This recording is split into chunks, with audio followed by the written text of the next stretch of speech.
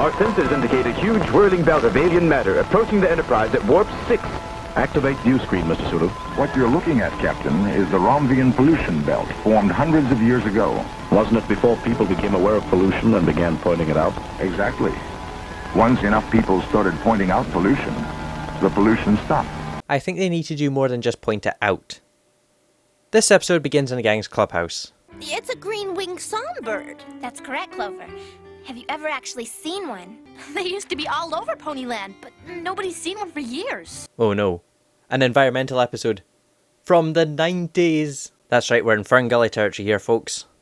So Bright Eyes, Patch, Bonbon and Ace head into the forest to look for the green-winged songbirds. So, where do you suppose we should look first? How come it's so blank where the old woods are? That must be because no one's ever been there before. What is it, the Everfree Forest? They follow the map and head towards the old forest until they encounter... Bees!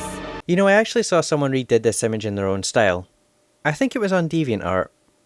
They figure out that the bees are after Bonbon's hat, which she throws away to get rid of them. And at this point they realise they're lost. I'm gonna sit right here and not move until somebody tells me where we are. Bonbon, I'll tell you where you are. You're sitting in nettles. Ace uses his Pony Scout knowledge to stop Bonbon's itching by covering her in mud. After that's dealt with, they climb to the top of a tree to get a better look of where they are and hopefully find a way home. Can horses even climb trees? At the top of the tree they have a great view of the forest, but they still can't find the way home.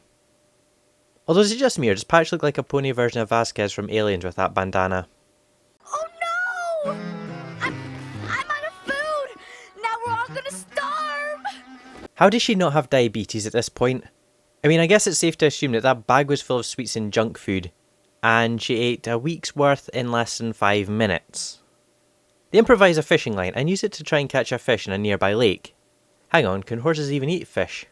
See? I hooked one.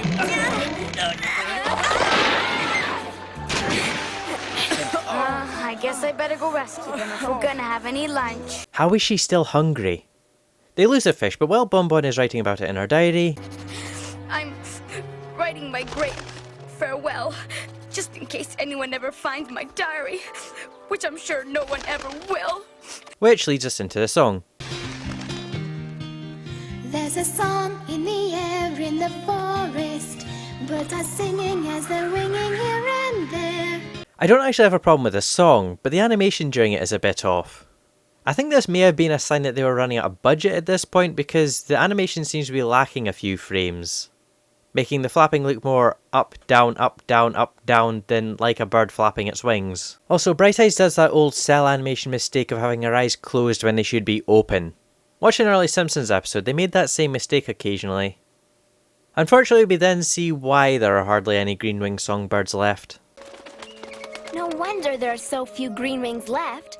The old woods have almost all been cut down. Bright Eyes then realises how they can get back home and tell people how to save the green-winged songbirds.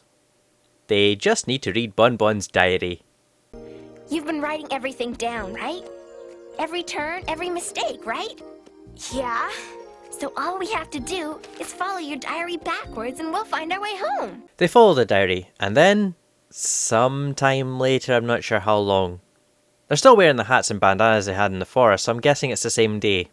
Because of her and her friends, we now know how to save the Greenwings by preserving their home in the old woods.